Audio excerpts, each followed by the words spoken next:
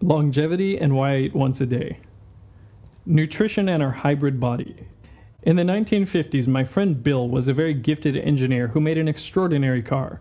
The car's main fuel source was electricity, and gasoline was to be put in whenever available. It was fine for the car to use gasoline every other day or so, but the problem was that people ran it on gasoline nearly 90% of the time. This resulted in the car breaking down frequently.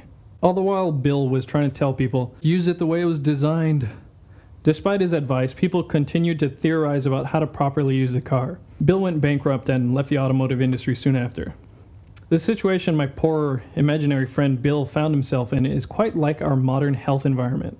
How did eating get so complicated? Most of us just want to feel good, look good, and live a long life. You would think by now there would be a straightforward consensus on what our eating habits should look like.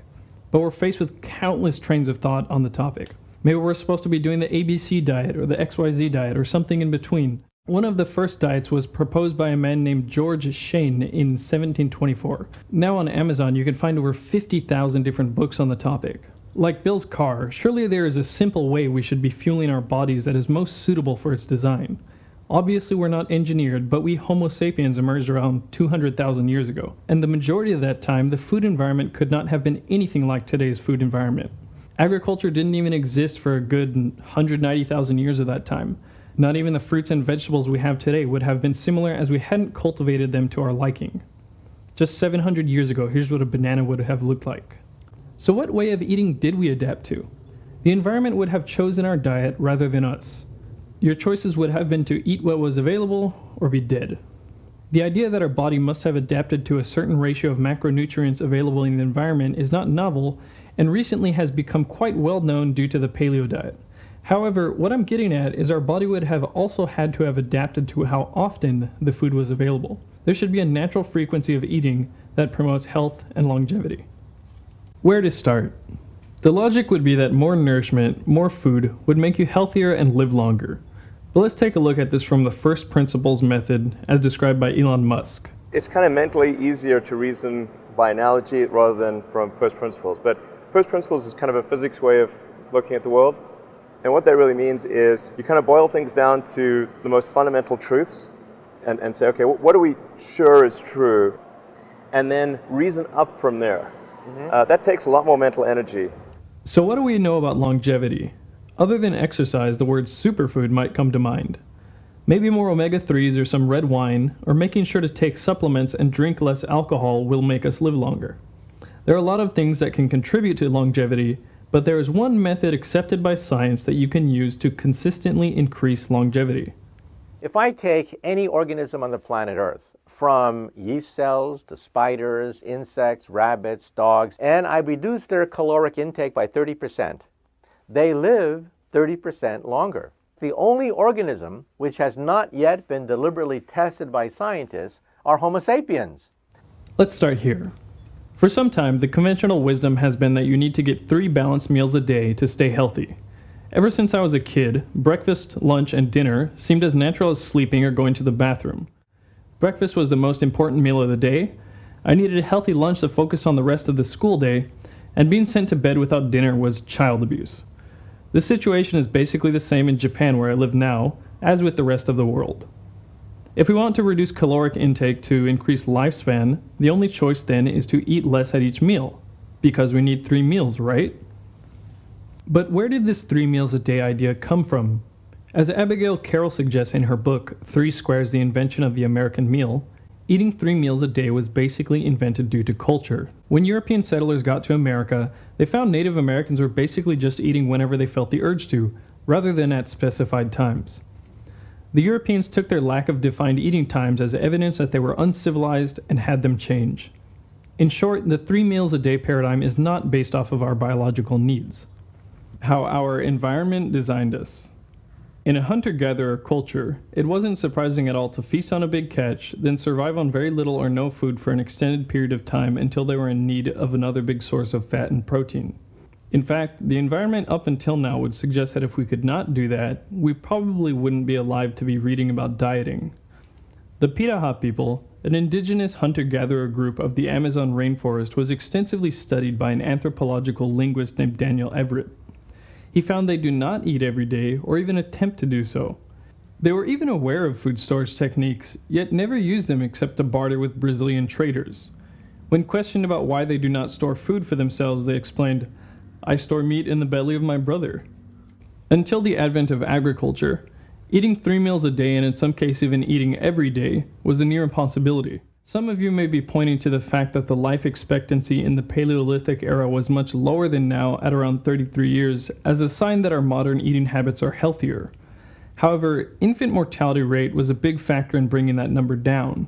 You have to understand that one of the effects of modern civilization and technology is that you can be unresourceful or made up of weak genetic material and not die.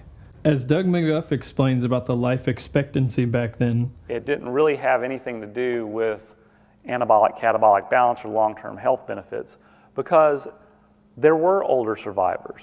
And the fossil evidence of those older survivors, based on ligamentous attachments and bony assessment and bone mineral density, was they were extraordinarily robust. Glucose metabolism and how conventional wisdom screwed us. The common misconception is that a stable blood glucose is necessary for survival, which would biologically justify 3 meals a day. Bear with me through a bit of biochemistry to understand why constantly consuming carbohydrates to maintain blood glucose is not only unnecessary, but can be a detrimental and vicious cycle.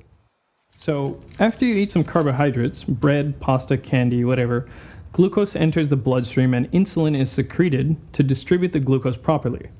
Via an insulin receptor, glucose enters the cells to produce energy.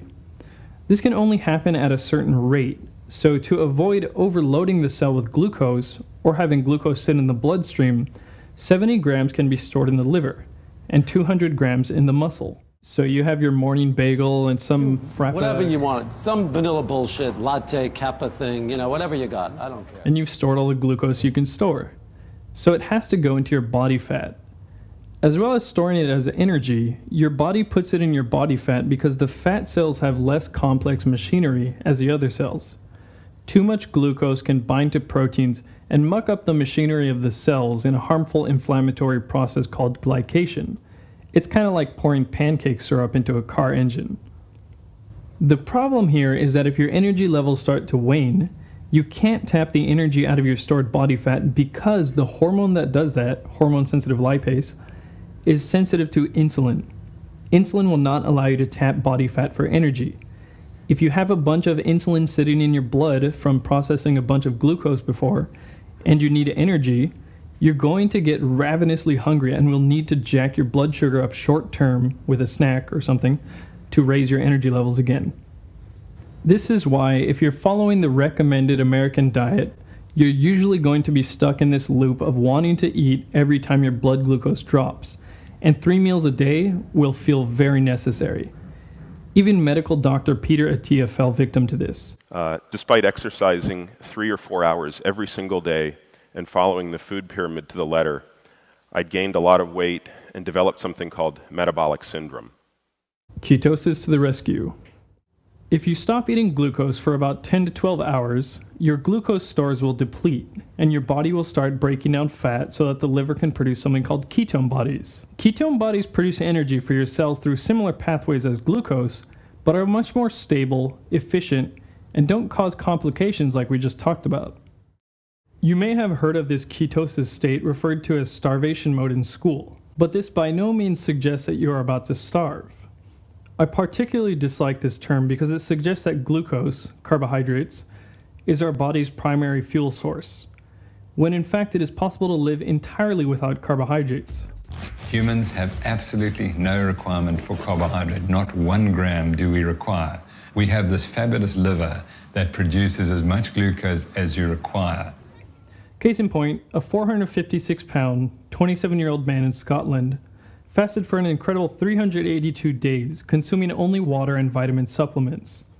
He lost 276 pounds and completed the fast with no ill effects. He was technically in starvation mode this entire time, and his body was using his stored body fat for energy. Quick note, ketosis and diabetic ketoacidosis are not the same thing. Several years back, when I first heard about low-carb diets, I was skeptical, and frankly, when I heard that my close friend's mother was trying the Atkins diet, I was worried for her. However, after understanding the biochemistry behind it, I started doing the paleo diet. I felt great in general, had a better physique with less effort, and much more stable energy levels. The downside was it got kind of annoying to have to plan my meals so much, so I would cheat a lot here and there. The benefits of fasting. Even after people were in environments where they could eat much more frequently, the concept of fasting for health benefits has been around for quite some time. An Egyptian pyramid inscription from around 3800 BC reads, "Humans live on 1/4 of what they eat. On the other 3/4 lives their doctor." Plato apparently fasted for greater mental efficiency. The Luther of medicine, Philippus Paracelsus, called fasting the greatest remedy. And Mark Twain suggested fasting to be more effective than any medicine. The Romans even found that they could cure people who were possessed with demons by shutting them in a room without food. To simplify an incredibly complex process, aging in essence is the result of cumulative damage to your DNA. Professor of genetics David Sinclair and his team found that not eating stimulates proteins called the sirtuins. These are responsible for DNA repair and have been identified as a key factor in longevity. Professor of neuroscience Mark Mattson at Johns Hopkins University showed how fasting promotes the growth of new neurons in the brain. This explains why fasting is linked to the prevention of neurodegenerative diseases like Parkinson's and Alzheimer's. This information got me excited about intermittent fasting. With intermittent fasting, you're not eating for 16 hours of the day, which gives your body time to deplete the glucose stores and start burning fat, as well as reap the benefits discussed above.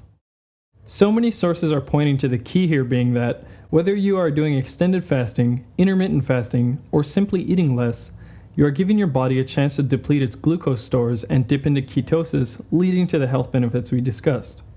I was keen on the fact that I could get similar effects to paleo with more leeway in my diet.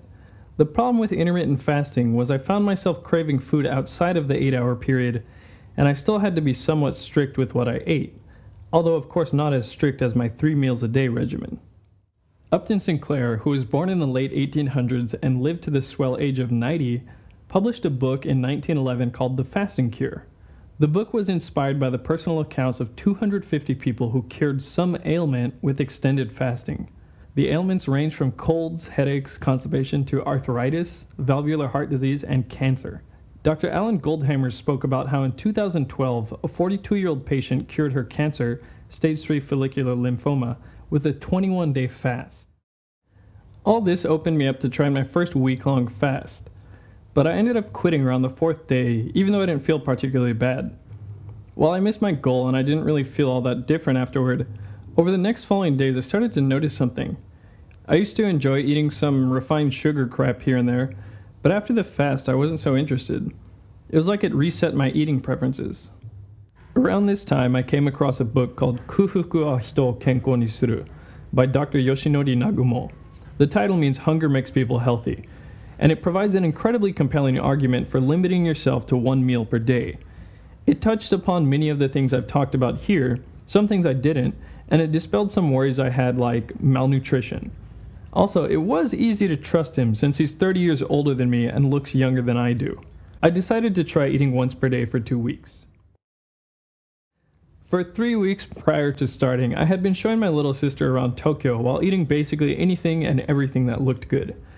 I started the Nagumo plan the day after she left, and the first 3 days were definitely the hardest.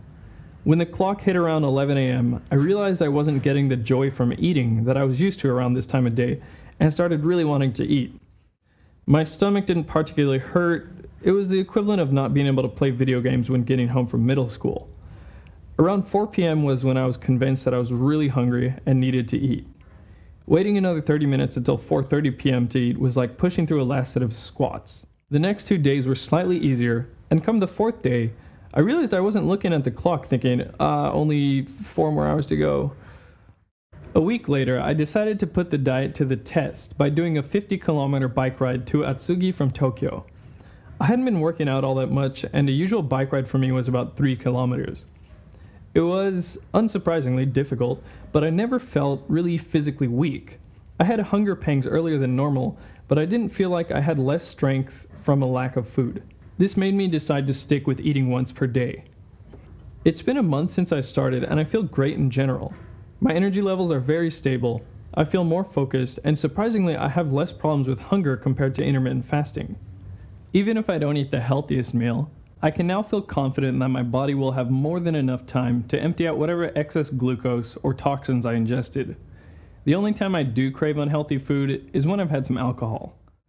Looking back, it's hard to imagine having to pile so much food into my stomach throughout the day. Other than the health benefits, one other reason I do this is the same reason Steve Jobs wore basically the same thing every day. It makes choosing easier, and it frees my brain up to focus on other things. At least for myself, the amount of new information I get only changes my behavior by a small factor. For example, if I increase my knowledge about the detriments of alcohol by, say, 60%, maybe I'll cut my intake by 30%. With this article alone, I'm not expecting you to suddenly start eating once per day, but hopefully you can start giving your body a break and eat when you need to, not when the clock says you should.